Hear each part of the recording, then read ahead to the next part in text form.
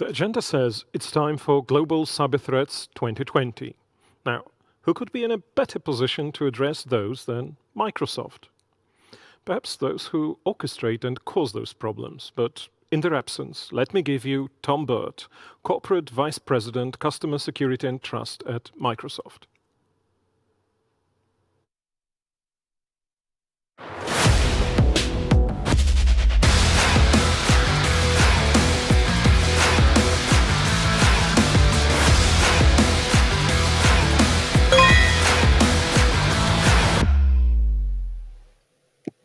Hello, and thank you for the opportunity to address Cybersec 2020. This is a critical era for cybersecurity. Cybercrime and nation-state attacks proliferate without conscience or deterrence. The COVID-19 pandemic and the US elections have been seized upon as the basis for even more aggressive attacks. At no time has it been more important for the public sector and the private sector to find ways to work together better to face these challenges. I'd like to start with a quick update on what we're seeing in the US elections and what Microsoft and our partners are doing in response. Just over 2 weeks ago, we published a report on the nation-state activity we saw related to the election. We've seen significant activity from Russia, Iran, and China, activity that continues through today. Russian-based nation-state actors have targeted over 200 different think tanks, consultants, political parties, and campaigns. Iranian actors have gone after a number of targets, including some associated with the Trump campaign, although none of those were successful. Similarly, we saw an activity group based in China attacking a range of policy and campaign-related targets, and that included some associated with the Joe Biden campaign and one former senior Trump administration official, although those efforts were also unsuccessful. As in the 2016 presidential elections in the US, but also in the French national elections, the EU elections, British elections, and others in democracies around the world since that time, we've seen nation-state actors targeting and attempting to disrupt our foundational democratic institutions. They seek to sow discord and violence. They seek to influence outcomes. They seek to destroy the trust and confidence of our citizens in democracy itself. Microsoft believes, as a technology leader, we have a social responsibility to respond to these attacks. So in 2018, we created our Defending Democracy program. And I'd like to highlight, just for a few minutes, a couple of the things we're doing with the Defending Democracy program around the world to help protect our democracies. With regard to campaigns themselves, we created a service we call Account Guard, which provides unified threat detection and notification of nation-state attacks. And it's tailored to the unique needs of political campaigns because it covers not just the organizational or institutional email and systems the campaign operates, but also the consumer accounts of the many volunteers, consultants, and others who associate with a campaign. It's available to political campaigns, parties, committees, think tanks, democracy advocacy organizations, human rights organizations, and most recently, healthcare organizations responding to the pandemic. It's available in 29 countries. And we currently protect over 2 million accounts worldwide. We also have focused on what we can do to increase the security of the voting process, of the elections themselves.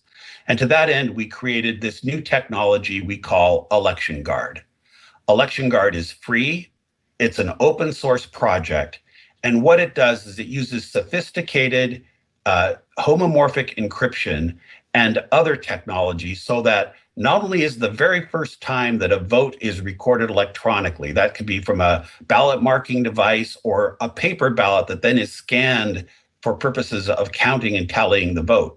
The first time that electronic record is created, we encrypt it, and it stays encrypted through the entire tallying process because homomorphic encryption enables us to add data together without decrypting that data.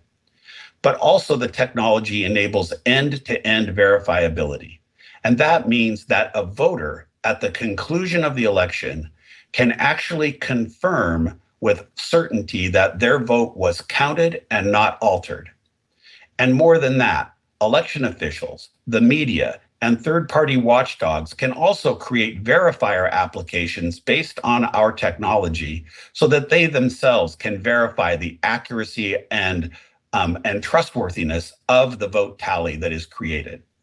We did a pilot of this technology in a real election earlier this year in a small county in the state of Wisconsin, and it worked incredibly well. Everything worked perfectly and as designed. And we're looking for opportunities to do more pilot programs with others in the US and around the world. In fact, we're in discussions with a couple of countries outside the United States about the deployment of Election Guard or parts of Election Guard in their election process. We're really excited about this technology. We think it can make a real change in the way voters can trust the outcome of elections.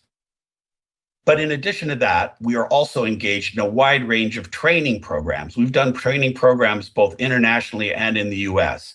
Right now, of course, we're focused on the 2020 election cycle in the United States. And so we've been engaged in a series of really intensive training programs with the Brennan Center in the United States, with applicable US federal government organizations to train state and local officials on how to conduct their elections in the face of the COVID-19 pandemic, both safely and securely. And we've had representatives of more than 38 of the 50 states go through this training, which we think is really making a difference.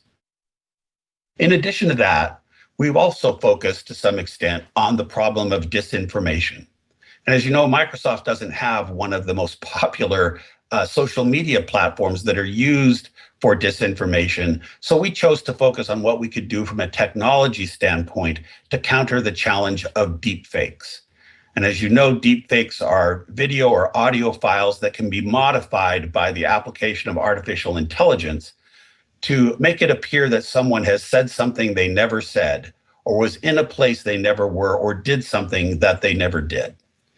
And so what we've done is two things. First, we've created a deepfake detection technology that we call Video Authenticator. Now, Video Authenticator is great technology, but like all detection technologies, it only works about 80% of the time. There's about 20% of the time it fails to detect an artificially altered image or video. And so what we've learned from this is that we can't rely too much on deepfakes detection as a solution. We contributed this technology to an NGO named Reality Defender 2020, and they've taken it and several other detection technologies, put them together in a service available to the media and to campaigns in the United States, so they can be used as one effort to try to detect deepfakes that may get used during the course of this election cycle. But more importantly, we're working on a project to really find a solution to this problem. Detection technologies ultimately will always lose because the AI that is used to create deepfakes can be trained against those detection technologies until they can defeat the detection easily. So instead, we're working on a project of authentication, and it's called Project Origin. It's a partnership of Microsoft, the BBC, the New York Times, Canadian Broadcasting, and other media companies. And what we are trying to do here is use a very sophisticated form of call it watermarking that would be placed on an image or a video at the time it was captured, and would then travel with it through the course of any legitimate editing or transformation of that image until it's played back to the consumer. And the technology would then flag for the consumer any unauthorized AI effort to try to modify that image or that video. The technology exists to do this, but it's going to take time because we need partnerships across industry, including video capture companies, the media that are going to then edit or modify those images in a legitimate way, and the playback technology companies, the browser developers and others who actually have the technology that displays that image or video to consumers. But we're really excited about this as a potential long-term solution, and we're thankful we've got such strong partners that can work with us on our efforts to evangelize this approach. There's many challenges that remain to defend democracy against attacks, and we're going to continue to focus on them with our Defending Democracy program. But I would like to now talk about something that we just announced today, our Microsoft Digital Defense Report. This is a new annual report that we will be issuing that compiles all the threat information that we are seeing across the 8 trillion signals that come in to us from our ecosystem every day.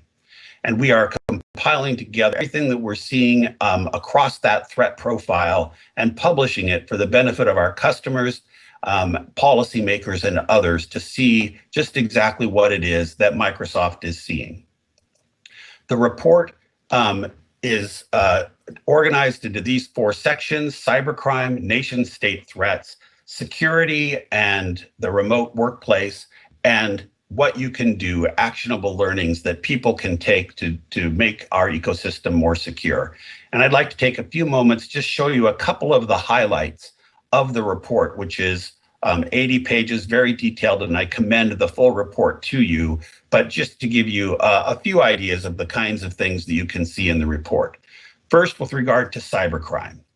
We report on a large volume of data relevant to cybercrime, but this was particularly interesting. These graphs show how criminals who are skilled and relentless have become adept at evolving their techniques to take advantage of socially important issues. So, for example, at the time of the COVID-19 pandemic, we could see that the cyber criminals quickly took advantage of public interest in that to change their lures, the ways that they tried to fish people into clicking on malware files to take advantage of COVID-19 interest. And you can see that in the United States in the upper graph and regard to South Korea in the lower graph. It's just one example of the not just the skill, but the really rapid pace with which these criminal groups can adapt their techniques, and how important it is that those of us who are trying to defend against this are just as agile and just as well resourced as the criminals are. Another thing we report on in the Digital Defense Report is ransomware. Our evidence is both from our response teams, like the Microsoft Detection and Response team that will actually engage with our customers when they have been impacted by an attack, but also through the intelligence that we see coming into Microsoft from our ecosystem. Ransomware is the #1 cybercrime attack over the last year, and that pace is really accelerating. And what's interesting here is what we found is that, contrary to popular opinion, the criminal organizations that engage in ransomware, they don't pick a target and then look for vulnerabilities for ways to get into that target. Instead, they engage in very sophisticated surveys across the ecosystem, wide-ranging sweeps of the internet, searching for vulnerable entry points. And then they bank that information, waiting for a time when it's advantageous for them to pursue a ransomware attack against those entry points. And that helps us understand better what we need to do to defend against ransomware. And we have many recommendations about that in the report. I'd like to now talk about the portions of the report that address nation-state attacks. And again, we present a range of data and information that we think you would find interesting, but I thought this was a particularly interesting set of data. Whenever we see a customer, organization, or an individual account that's targeted or compromised by a nation-state actor, and our Microsoft Threat Information Center, or MISTIC, is watching at least 30 different nation-state actors 24/7, 365. When we see that, we provide a notification to the customer so that they know they know who's been trying to attack them. We provide technical information so they know how to identify the attack and potentially exclude it if they've been compromised. Over the past 2 years, we have done 13,000 nation-state notifications, and the pace is increasing. This data shows information about those notifications. So, for example, in the upper left corner, you can see that 52% of those notifications came from attacks that originated from actors operating out of Russia. Next was Iran, China, North Korea, and others. It's also interesting to look at the specific nation-state activity groups. 63% came from strontium. That's also known as APT28 or Fancy Bear, one of the most active nation-state attack groups operating from Russia. But also interesting is who is being targeted. And you'll see that it's non-government organizations, professional services, government organizations, international organizations. In other words, our data shows that it is policy organizations and governmental organizations that are the most frequent victims of these attacks, not the critical infrastructure companies or other technology companies, as you might have thought. And then finally, we look at security and the remote workforce, since that has become such an important issue today, as so many of our businesses, industries, and institutions have employees working from home during the pandemic. And this is just one bit of data that's included in the report, but these are the badge scans at Microsoft. So every Microsoft employee has a badge. You have to scan it to get access to one of our facilities. And we actually sent our employees back home to work from home even before it was required by government institutions here in the United States. And you can see what happened. We went from 100,000 average daily badge scans at our facilities at Microsoft down to less than 7,000. So the vast majority of our employees now for 8 months have been working from home. And what we have found is that because of our investment in zero trust in the way we manage our facilities and our assets, our people could work from home productively and securely. And the learnings that we achieved from our success in our employees being able to work from home securely are detailed in the report so that we can help others accomplish the same thing. Large segments of your employees or your team working from homes, but doing so in a secure way. And so we also include in the report actionable learnings, things that you can do to make your enterprise, your organization, your home safer from attack. And there's a long list of these in the report, but I've picked out 5 of the most important across all of the chapters and across all the different teams at Microsoft. And the first and most important is to adopt multi-factor authentication for all your accounts. It simply is the most effective way to deter these attacks. Our data shows that way more than 90% of all successful attacks in 2019 would have been prevented if multi-factor authentication had been turned on. Secondly, use good email hygiene. And that's because most attacks start in some way through email. So preventing phishing is one way to really limit attacks in addition to multi-factor authentication. And this means using email platforms from vendors that incorporate filtering on the way in and link checking on the way out. This provides more comprehensive protection. Third, patch your applications and your systems with all the security patches that come from your vendors, certainly from Microsoft, but also from all of our competitors and others in industry.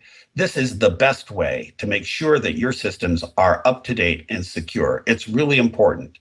Once again, the data shows that those systems fully patched are seldom successfully attacked. Our adversaries look for vulnerabilities in the large number of systems that remain unpatched, and that's how they find their way in.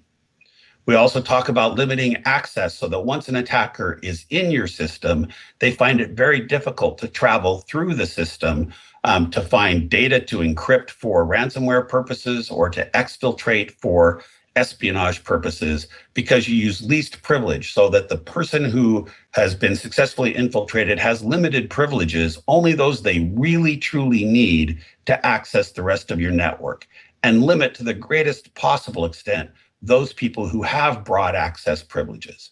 And finally, slow down attacks with network segmentation. And we describe ways to do this in the report as well. But again, it's to make it more difficult for an attacker to move through your system in the event that they successfully attack. I thank you very much for your time today, for the opportunity to talk to you. I know you're having a great conference. Look forward to hearing about the deliberations of the conference as it's concluded. Thank you very much.